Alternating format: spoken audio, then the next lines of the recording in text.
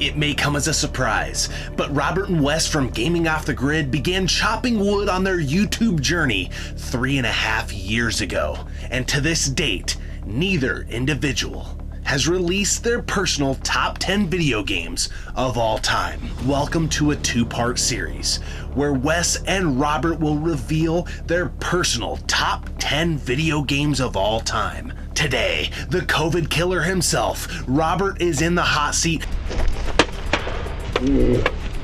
and he will reveal his top 10 video games that made him the gamer that he is today. Stay tuned for part 2 of Gaming Off the Grid's top 10 video games of all time.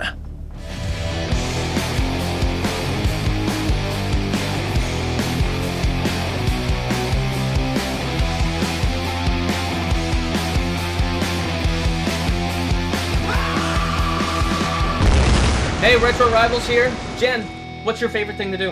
Boy, do I ever love to grab myself a beer and watch Gaming Off the Grid.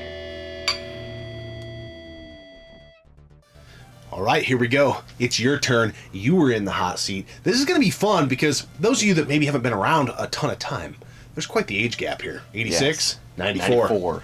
This list was so hard, and I'm still not 100% confident that I have it right. I'm excited to hear it because, one, I don't know what's coming. And I think I know you as a gamer pretty dang well. But there's always been that cool dynamic on our channel.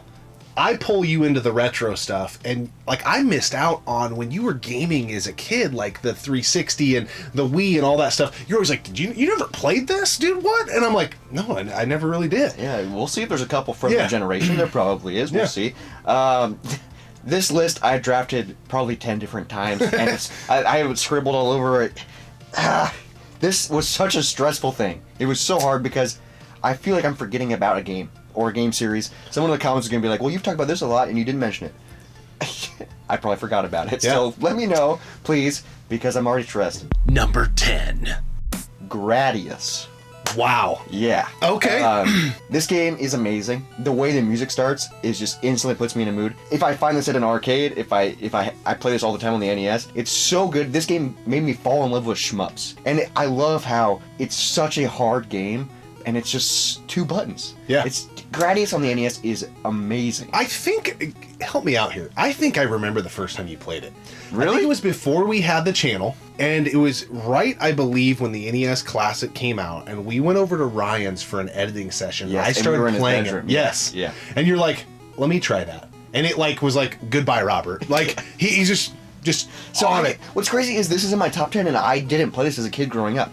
So that's how good Gradius is. Yeah. It's a staple on the NES. I love it so much. Number 9. I love the PlayStation 2. So I have a couple games from the PS2, but this game is cross-platform, but I played it on the PS2, and I will say that I like it better on the PS2 because of nostalgia. And that's Tony Hawk Pro Skater 3. The third. The third one. I just connected with that as a kid because I played that one the most. It's like the perfection of 1 and 2. Because 4 got weird, it was open world. 3 is amazing, the soundtrack's great, the skating roster, people that you can skate as, is so good. It's amazing, and I will say, like, honorable mention in this slot is the remake. The 1 and 2? Yeah, 1 and 2 is just incredible, and I'm kind of hoping they remake 3 and 4 in that same style, but then I also don't because I don't want them to touch it. Yeah. Because 3 it's so good. I play it all the time. I think a couple years ago, over Thanksgiving break, I brought my PS2 to my mom's place and set up my brother's bedroom because he had a CRT, and I was up there all Thanksgiving playing Tony from the beginning. You still have your original save, don't you? Yes. Yeah. I wasn't even a skater kid. I was like a kid that wanted to be a skater kid, but I just love the Tony Hawk games. You live vicariously through Tony Hawk Pro Skater 3. Yeah, I did. It was a great game. Number 8. I feel weird putting this in my top 10, but I play it all the time. It's a modern game, and I just love how it brings people together. It's a great party game. I've played it in like hotel rooms, friends' houses, in the game room, and that's Super Smash Bros. Ultimate. I'm shocked it's in my top 10, but it's such a great game, and it's a game that brings so many different people together, and everyone can have fun with it. I've played this game so much. And I think you could insert any Smash Bros. Here. Yeah. But I take Ultimate right now because that's the one that I think everyone has because it's on the Switch. I'm not like a hardcore Smash person, but I would say that, like, as of right now, that's my favorite one in the series. I just love all the characters. It's so good. It's beautiful. the roster's great, and I love like when I go over to my buddy Jacob's house, he makes his own maps, and like it's really fun because they're terrible maps. It's just Jacob, if you're seeing this, you suck at making maps in Smash, but hey. But it's just so much fun, and it's a great way to bring people together. So that is my number 8 pick. Number 7. Retro. Here we go. Super Nintendo, which I didn't play as a kid, but I played as an adult. And that's Contra 3: The Alien Wars, which is on your list. Yeah. I love the Contra series, run and gun. They're so hard. I remember the first time I played the first Contra, I could barely beat level 1. So tough. Contra 3: The Alien Wars is so amazing. It's such a great game, and we spent so much time playing it. Yeah. And I know Death ran it, which was pretty impressive. I feel like... Whoa! That's a awesome run. That's how you freaking kill the game right there. Some stupid ass deaths, but damn. I don't think I died. It's just so good. It is really good. I remember, I haven't played it in a couple months, but when we were like playing it hard, I knew what every power-up was. I'd be like, oh, this is coming from the left, this is coming from the right. That's crazy, because I didn't play it as a kid. I don't have any nostalgia for it. I just played it so much in the past 2 to 3 years. And it made my top 10. Yeah, so that's pretty awesome. It's a pretty impressive game. Number 6. This was also on your list. Burnout 3 Takedown. Yep. I could be a prisoner of the moment because we just 100%ed it, and we've been playing it for like 2 years. But I will say I played this game as a kid. I remember going over to my dad's house, playing Burnout 3 on his Xbox. I fell in love with the crash events. I don't care about racing and like sim racing. When I was a kid, the crash events were so cool, racking up the most damage and the most points and just causing destruction. Like, that's a cool idea. No, for sure. They nailed that. And then once we started playing it as a channel, the race events are also badass. Yeah. Like, this game just in general is amazing. The soundtrack, Local H is on the soundtrack. Yeah, everyone alive.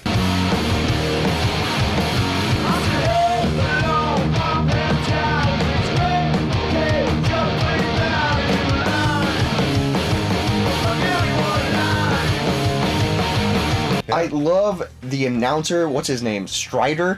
Striker, I think. Yeah. It's such a badass game. Overview map. You travel to Europe. It's an amazing racing game that is so cheap, I feel like. Yeah. And everyone should play it. It's up there with the best games ever made. Like, it's that good. I think at one point I had it like in my top 5, but then I was like, Kim, this list was so hard. Number 5. My number 5 game of all time is the original Super Mario Bros. Damn. Yeah, probably the first video game I ever played. My mom had an NES. It was hidden away. When I was young, I was like, what is this? It was in the cupboard, and I set it up. She didn't even have it plugged in. I plugged it in, did the coaxial cable, and I was like, what the hell is this game? It was the Duck Hunt Mario Bros combo, and I played Duck Hunt occasionally, but it was mostly Mario Bros. I would do 2-player by myself, so every time I would die, I would play as Luigi and keep, like, I just see how far I could get. Yeah. It's 2-player. The music's iconic. It's an iconic game. First game I ever played. So impactful. And I just love the Mario series just in general, but the first one is so good. Yeah, it's hammer. I love, like, trying to speedrun it now as an adult. It's one of those games that I play probably once a week. It's so good. Yeah, it's fire. Number 4. We're going back to the PS2. I love James Bond, and I'm surprised this is at number 4, but I played it so much as a kid, and that's Nightfire. I know this game, I think, is also cross-platform, but the PS2 is where it's at. First off, the story mode is incredible. It's so good. I love the way it just throws you in and you start. There's gadgets, there's all this other stuff. And then the multiplayer mode is also incredible. 4-player. I have this feeling with this 4-player like you have for Red Faction. Yeah, I've never seen you lose. Yeah, because I've played it with you a ton. I know the map so well, and I know where things are. And like the Sentinel, where you can control the rockets, it's kind of OP, but I literally find that immediately, hide, and just rocket people down. Yeah, when you get that, I don't have much fun. And you can grapple, there's Nightfire is so good. Pierce Brosnan's not even my favorite Bond, but he's so good at Nightfire. They did it so well. There was other James Bond games that came out in this era that were pretty good, but they got it right with Nightfire. That's a surprising poll. I know, like, when I first made this list, I forgot about Nightfire. Yeah. And then I was like, I gotta put it on here. I played it so much as a kid. Number 3. Another NES entry. Oh my lord. Dr. Mario. Dang. Okay, I guess I should have expected that. It's number 3. I love my puzzle games. I love the music. Chill. The song Chill. Yep. So good. I just love playing this game. I zone out like when it's going on. Something about it just gets me hooked every time I put it in. And I like starting at like level 5 or level 10 just because the first couple levels are so easy and I'm just like, alright, skip it. If it's at an arcade, I have to at least play it for a little bit. I could play it all night because it's 1 quarter till you die, but sometimes I'm like, okay, I've been at this machine for a while and I'm not hanging out with anyone, so I should probably go hang out with people. Dr. Mario, amazing game. Number 2. This is the second in the series, so it's kind of fitting that it's in my number 2 slot. Portal 2. That's an awesome game, man. Oh, dude. This game is incredible. I remember the first time I played it in college, my roommate got it, and we put it in and we played the co-op story mode. That's so good. And I was like, holy fuck. It's amazing, and I love how Portal 2, the co-op story mode is way different than the original. There's 2 story modes in this game. I love puzzles so much. This game's incredible. The voice acting's so good. It's just such a perfect game, and I want them to make a third one, but I know Valve is like iffy on making thirds. Yeah. But the second one is so amazing. My first introduction to this was because of you, and you're like, we got to play this co-op, and it's one of those games you were so good at it that it took me a little bit to wrap my head around it, but once I did, I felt like, dude, we're unstoppable, and it's just so fun to figure out the puzzles. It is so weird because you walk into a room and you know how like the exit's over there, and you're like, how do I get over there? We spent hours in rooms trying to be like, okay, let's try this, let's try this, let's try this. I will say, if you're doing it co-op, you gotta play it with the right person, because I played it with a bunch of other people where I didn't beat it with them because I got frustrated. Because, I don't know, we just couldn't connect and jive, and I was like, do it! And they wouldn't do it. Well, you really kind of have to know your role. Yeah. You both can't just be flinging portals around willy-nilly and hope that you gotta have somebody kind of driving the ship, and the other person kind of executing on the plan. And then being like, what if we tried this? And being, it's such a creative, great game. Yeah. And I want to go back and play the story mode again, co-op and single player. Yeah, it's very... I think that would be badass. It's just such a unique game. Like, what else is like it? Yeah, that's why I love it. Now, before I reveal my number 1, I have some honorable mentions because this list was so hard. So the first honorable mention is an arcade game. I've talked about it a lot on the channel, and that's Simpsons Bowling. You freaking love that game. This man. My first draft of this was number 10 in my list. Yeah. Simpsons Bowling. There's a local arcade in our area called the Uptown, and Simpsons Bowling, it is so much fun. I think it's on the Simpsons Arcade 1-Up now. It is, which is badass. It makes me want to get it, even though it's probably not as good as the arcade. It's just such a fun, simple bowling game as the Simpsons characters. I'm not even a huge fan of Simpsons or bowling, but when they come together, I get giddy. I don't know. It's just harmony. It's a badass game. Another honorable mention, obviously, is the House of the Dead series. That was in your honorable mentions. Yep. Overkill. I love Scarlet Dawn in the arcade. Amazing. I was like trying to fit it in there, but I was like, man, is it better than my top 10? It would probably be in my top 20 for sure. Yeah. House of the Dead. Amazing franchise, but serious flaws. Yeah. Serious flaws. Then another honorable mention is the Guitar Hero franchise. I think I would lean towards Guitar Hero 2. I played that so much growing up. The music selection's so good. But again, I was like, is this top 10 worthy? I played it a lot as a kid and I have a huge nostalgia for it, but when was the last time I played it? Yeah. And then I got 2 sports games as honorable mentions. Oh, okay. Which is weird because I'm not even a huge sports fan. Tiger Woods, because doing 18 holes, golfing, so much fun. And then NHL Hits 02. Okay. That's a great game. Just because of the 3-player element, it's badass. Not to get you off your rocker, but I'm stunned that a game wasn't on your list. Well, I still got my number 1. Okay. So maybe... Number 1. Borderlands 2 is my number 1.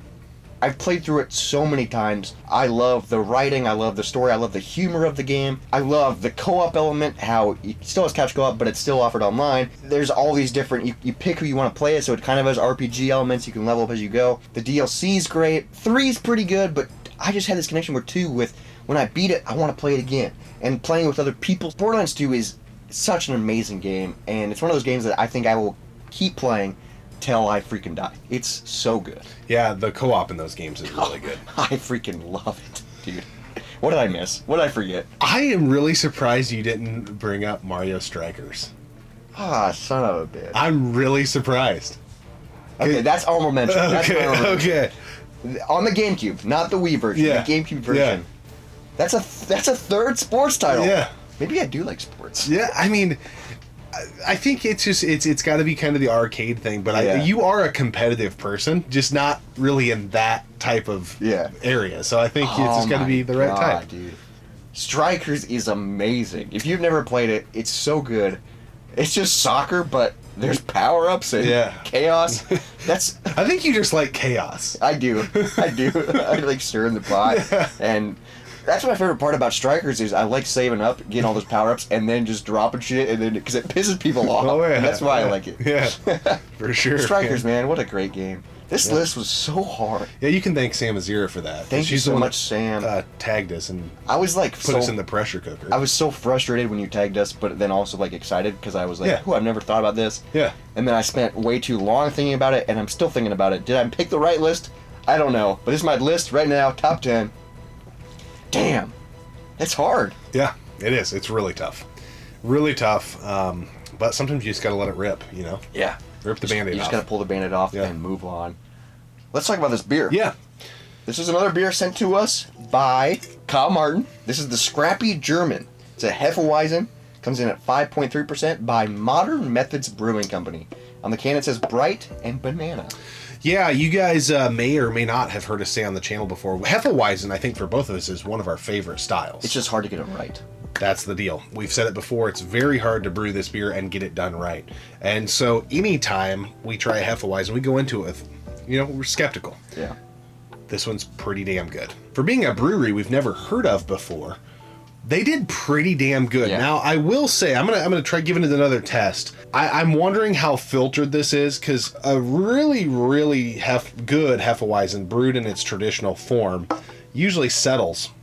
And then you get like a cone element that kind of goes down through the glass. Yeah, there's not much. There's a little cloudiness coming down. But from a flavor standpoint, this is really freaking good. This is a really tough beer to make. And I would say this is like a 7.5 out of 10, maybe. Something like that. It's pretty good for a Hefeweizen ratings. Yes. Because we've had a lot of really good ones and then a lot of really bad ones. Anytime I can find one, I try it. And literally 9 times out of 10, I'm disappointed. And I'm like, that beer's dog It's because shit. they're so hard to make. Yeah. And breweries try them. This one's really good. I feel like this is kind of like a good introduction to Hefeweizens. Yeah. It's got a very good banana taste. It says it on the can. And then you get that slight clove.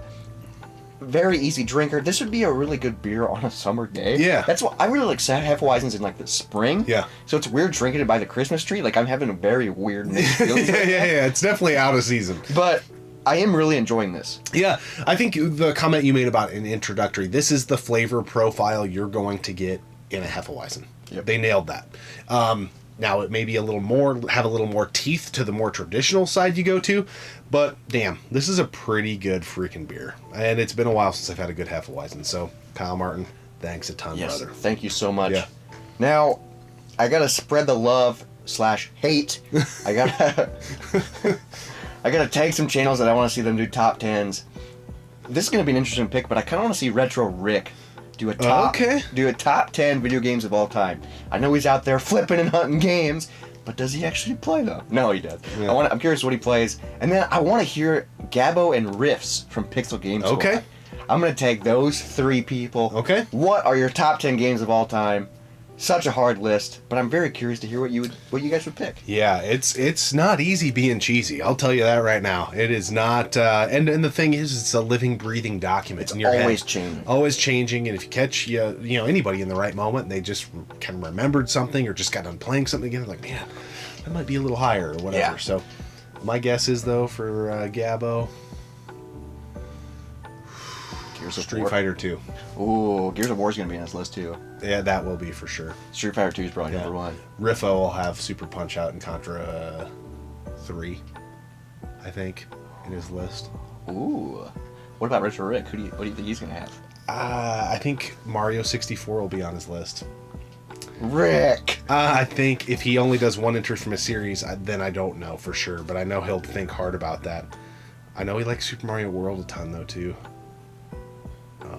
It's a tough. It's going to be interesting. I'm very excited to hear what they pick. Well, yeah, and you don't know everyone's journey, even if you're friends. You don't know their They exact. could throw out a game and be like, You're like, why is that in your top 10? What hurts? But Yeah, that's why I like hearing like the stories behind it and why you pick it, and Yeah. you know, stuff like that. So it was a good time. Guys, we always appreciate you tuning in and subscribing to the channel. We'll see you next time, right here on Gaming Off the Grid.